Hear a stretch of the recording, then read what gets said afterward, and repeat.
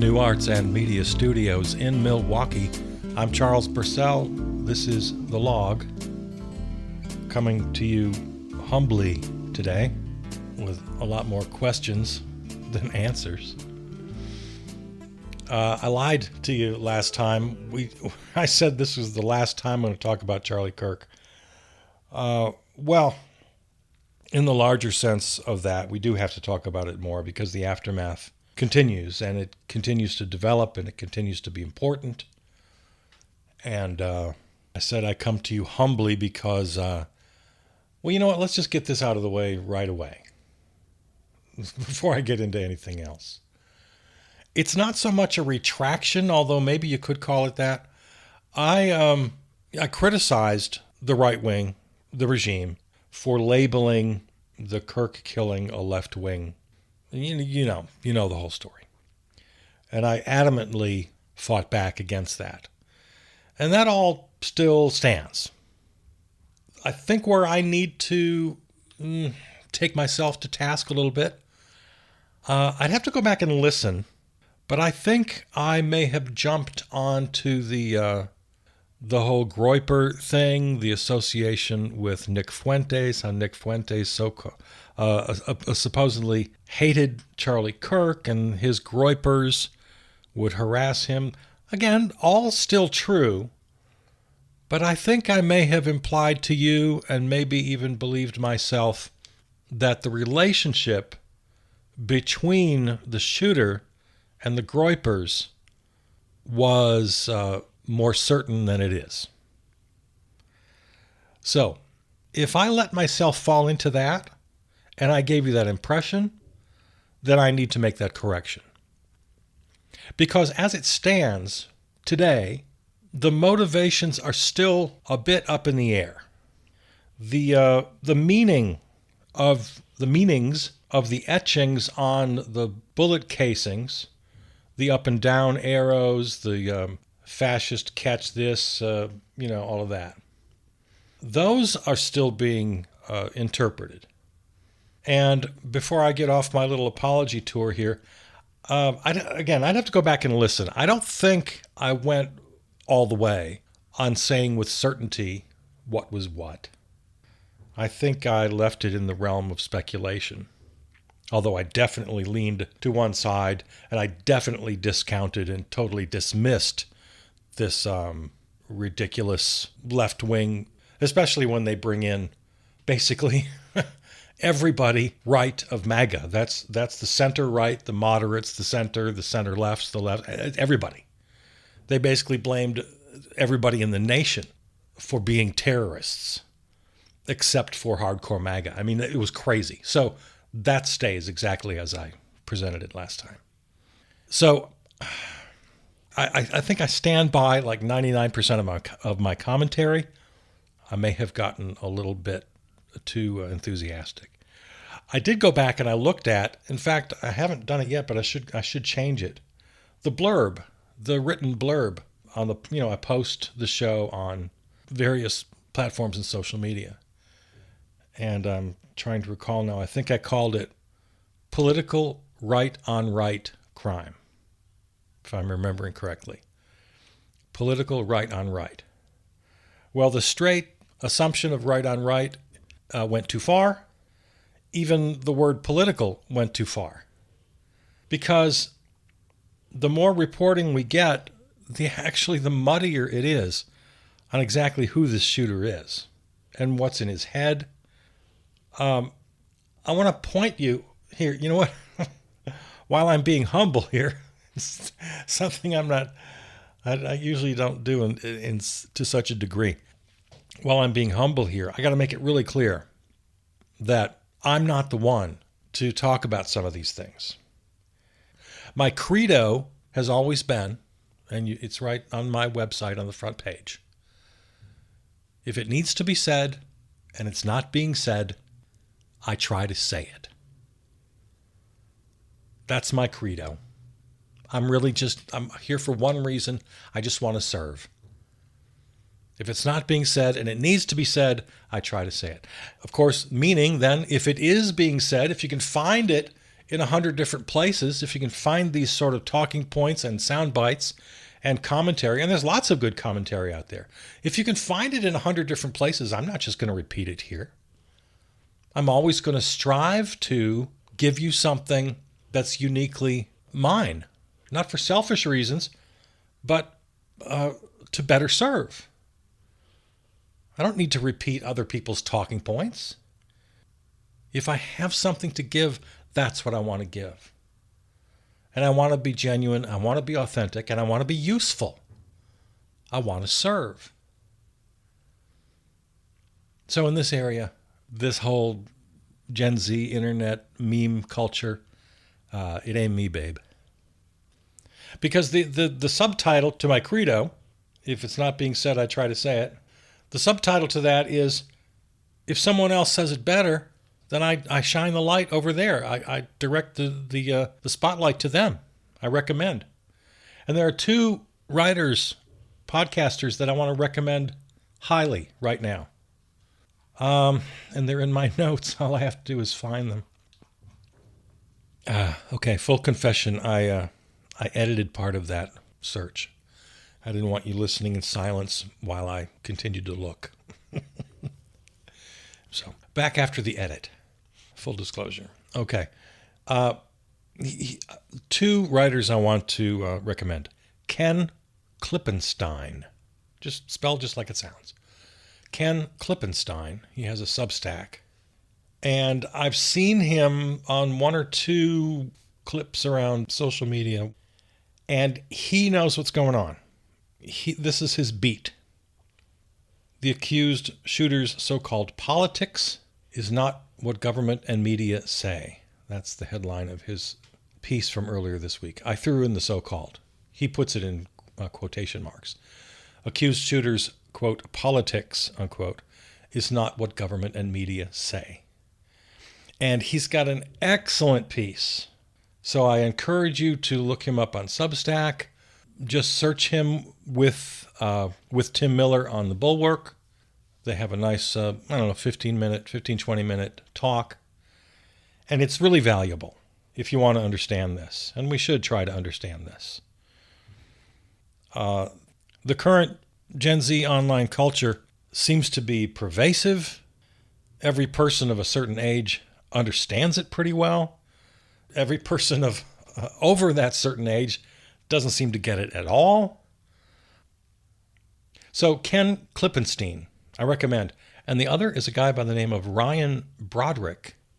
He has a newsletter that goes out called Garbage Day, and his podcast is called Panic World. Panic World. Ryan Broderick has also been making the rounds. I think I saw him on a couple of different programs. So these guys know what they're talking about, and they're independent journalists, which is where we have to go now. We just have to go to independent journalism. I won't I won't make you listen to my screed about media and journalism. I do that pretty much on every episode. But they're just proving over and over every day that they're incapable of telling us what we need to know. They're incapable, they're unwilling, because as bad as the regime was in their self-serving lies, the media was almost as bad in their timidity, in their fear, in their ignorance, in their rush to scoop any news. There's just nothing to be said in favor of a traditional legacy media anymore. I defended them as long as I could. Because, and this is still true, many of the commentators you'll hear, the so-called independents, they're still getting all their news from, one of 4 or 5 sources, right? It's either the New York Times or the Washington Post or CNN or, one of the cables or one of the, they're still getting their actual news from the big guys. And all they do is flap their gums about it. So you still have to be very careful when you go to independents, as I keep asking you to do. But more and more I'm discovering, and I'm very happy to discover it, there are people like Ken Klippenstein, like Ryan Broderick, who are genuine journalists who do the work. So the world of independent journalism and independent analysis is getting bigger all the time. You have to dig. You have to make sure, give them a chance, but you got to make them prove themselves. So all of this, let me just wrap up this little part of my program here to say, I come to you humbly. I'm going to continue to do everything I can to serve the greater good. I'm going to continue to do everything I can to fight the regime. I'm not going to pretend I'm somebody I'm not. I'm not going to pretend I know things I don't. And I hope I can be of service. All right, let's leave that for now. In no particular order, some stories I've been looking at and thinking about. Tom Hartman, the radio host, had an interesting segment on the Brian Kilmeade quote. You may have seen this. Brian Kilmeade, a Fox host, they were talking about homeless people. This clip went viral. And the other host, whose name I don't know, was saying, if they refuse to take treatment, then we're just going to have to put them in jail. We need to get the homeless off the streets, and we need to help them. And he was promoting kind of a tough love policy. If they refuse to take the help we're offering, well, they're just going to have to go to jail. And then Brian Kilmeade just chimed right in and said, or maybe lethal injection. I'm not paraphrasing, I'm quoting. Lethal injection, just kill them. That's a quote. I know most of you saw this. For those of you who didn't see this viral clip, I'm quoting. Maybe lethal injection, just kill them. And of course it's Fox News, so they had an attractive young blonde woman sitting in the middle with her very shapely legs crossed. And she just kind of nodded and said, wow. The other guy didn't say anything. While all the rest of us who heard that went, what the hell? Just lethal injection, just kill them. And they just went ahead. They went on with their conversation. Whoa, I wonder how we got to this point. Brian, what do you think? Well, there was a bit of an uproar, and Brian Kilmeade gave kind of a half-assed apology, the way they do. I'm sorry if I offended anyone, and it wasn't very heartfelt, and it was really a very tepid apology, and everything's fine now. Well, Tom Hartman had an interesting segment reminding us of something that I either didn't know or maybe I had forgotten. There was a program in Nazi Germany, Tom Hartman reminds us, called T4, the Actian T4 program. I'm reading now. It was a secret systemic euthanasia program that began in 1939. Euthanasia is a nice word. And targeted institutionalized people deemed incurably ill, including the mentally ill, physically disabled, and homeless, whom the Nazis regarded as, quote, life unworthy of living, end quote. The victims were often killed by starvation, lethal injection, or poison gas in disguised gas chambers. Apparently, according to Tom Hartman's version of history, I hadn't heard this, they would just run a pipe from the truck exhaust, a hose or a pipe from the exhaust pipe, into the building, into the room. And those were the first gas chambers of Nazi Germany. This was long before the Holocaust. This was the precursor. Approximately 70,000 people were murdered under this program between 1940 and 1941, before it was officially halted due to public protest, though killings continued in other forms. And then, of course, again, as I said, the full-blown Holocaust was right around the corner.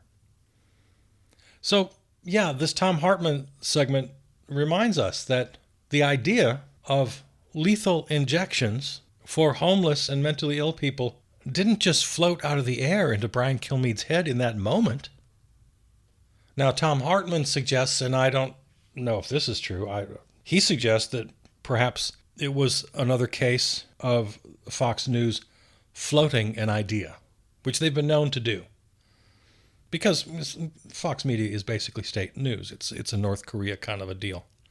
And there have been many cases of the regime giving a talking point to Fox News and having them float the idea and see what kind of response it gets. So I don't know if that's Hartman's conjecture. I have no idea. But the part of it that is absolutely true, I don't think there's any way to deny it. Does anybody honestly think that that idea floated right into Brian Kilmeade's head in the moment? He'd never considered it before. He'd never thought about it before. That's impossible to believe. So the idea of lethal injections for homeless and mentally ill people, which the Nazis did, is an idea that's been floating around in Brian Kilmeade's little brain. And who else's?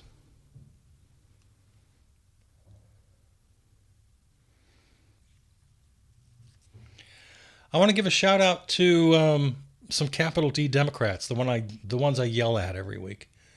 Hakeem Jeffries, Adam Schiff, Representatives Eric Swalwell, Jasmine Crockett. I like Jasmine Crockett. You know, they get little to nothing done. They grandstand. They ask for money. I'm yelling at them all the time.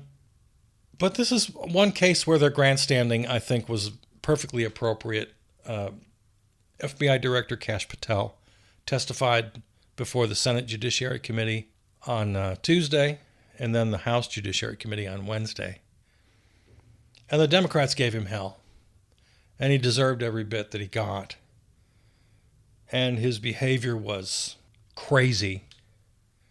Do you remember when Brett Kavanaugh just went off in his confirmation hearings?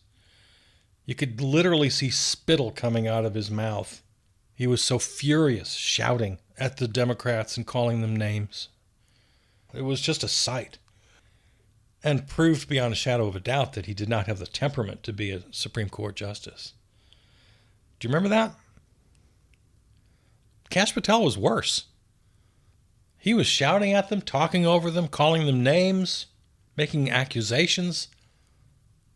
It was amazing. Just amazing. So, yeah, Kash Patel probably trying to save his job because he knows he's in danger of being the first casualty of the Trump administration. It's amazing that they're all still there. I guess there have been some lower level firings, but no high level, like cabinet level people have gotten fired yet. And then the Orange Menace pretends he never knew them. I never really knew him that well. So, yeah, I think Kash Patel knows he's going to be the first to go. So he's trying to save his job. And I'll bet it worked. If you see any clips, you got to know that the Orange Menace is shaking his head and, yep, that's my guy. I love that. Well, good for you.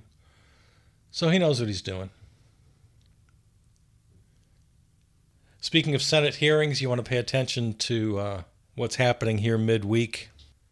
The Senate Committee on Health, Education, Labor, and Pensions, the HELP Committee, heard from Susan Menares. She was the head of the CDC, who RFK Jr. fired for not playing ball.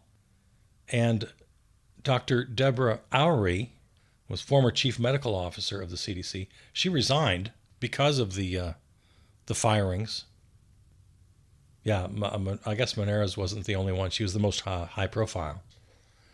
So, to my surprise, they were testifying on Wednesday to this Senate committee. And I thought, well, how does that happen? The Republicans control all the committees. The majority party chairs the committees. They decide what hearings are to be heard. They decide, I thought, how did this even happen? Well, if you'll remember, Senator Bill Cassidy, a Republican, is also a doctor.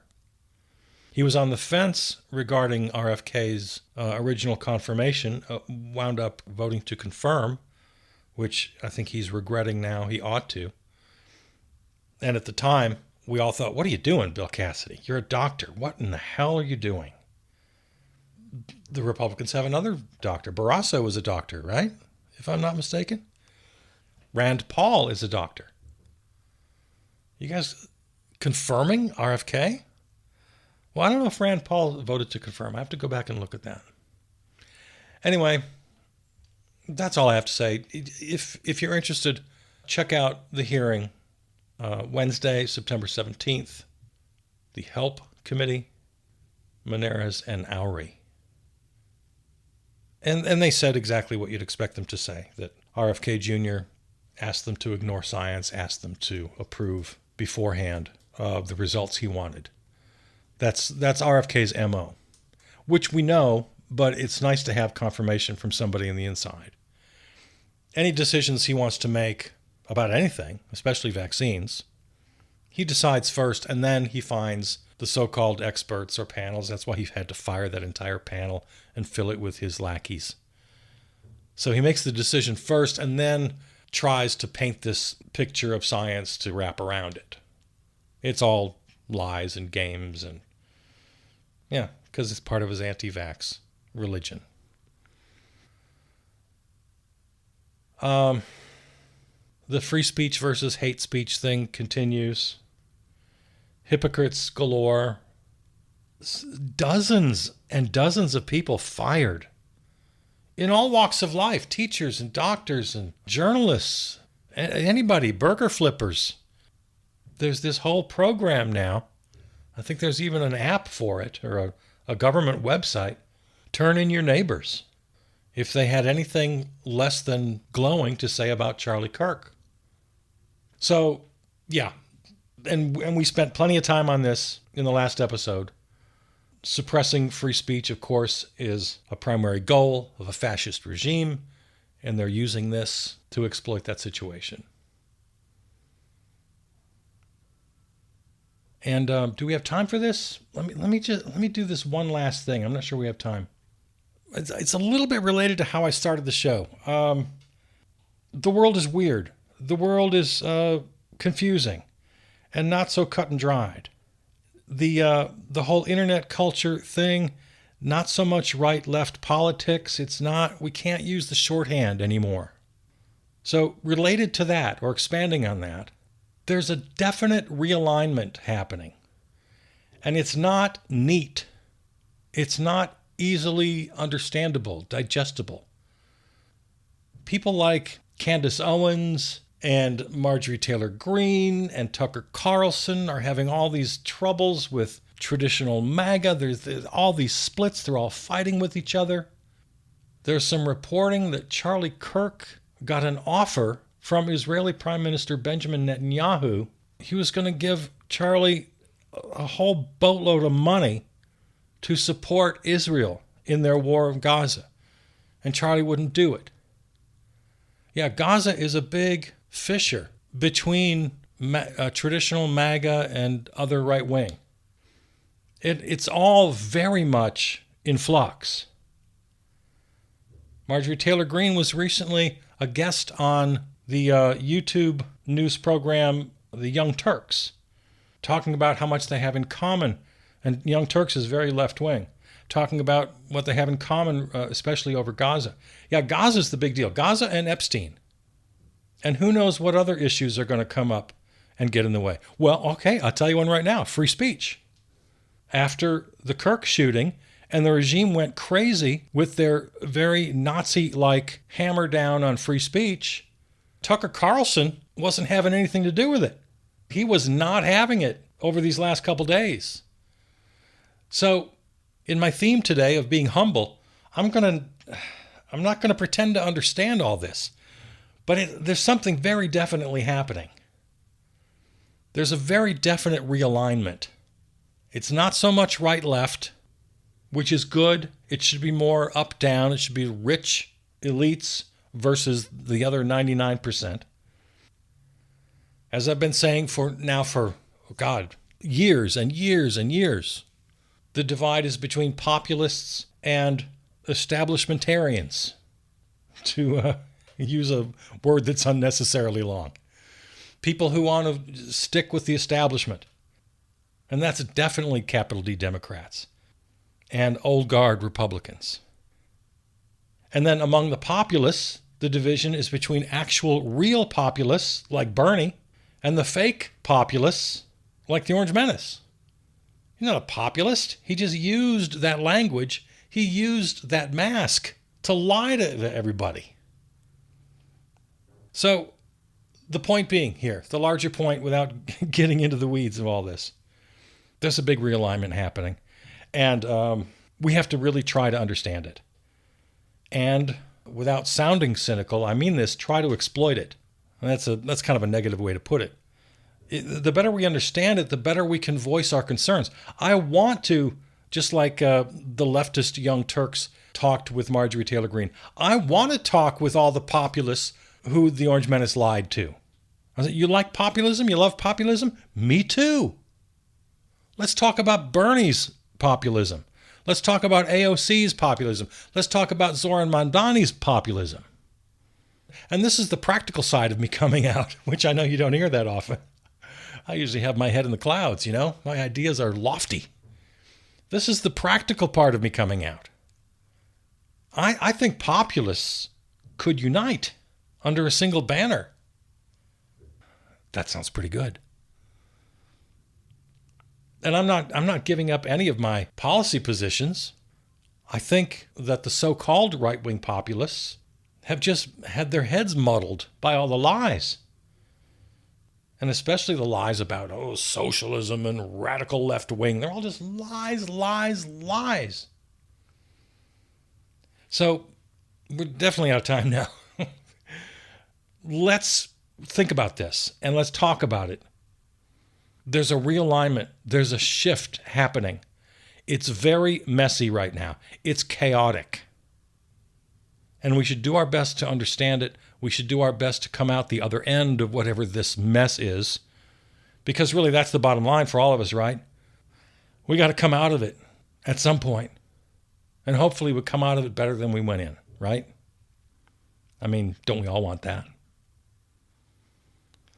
All right, very quickly before we go, People's Union USA, the people who arranged the boycotts, they're asking us now to permanently boycott Amazon, and that's all things Amazon, Amazon Prime, Whole Foods, Audible, everything Amazon related.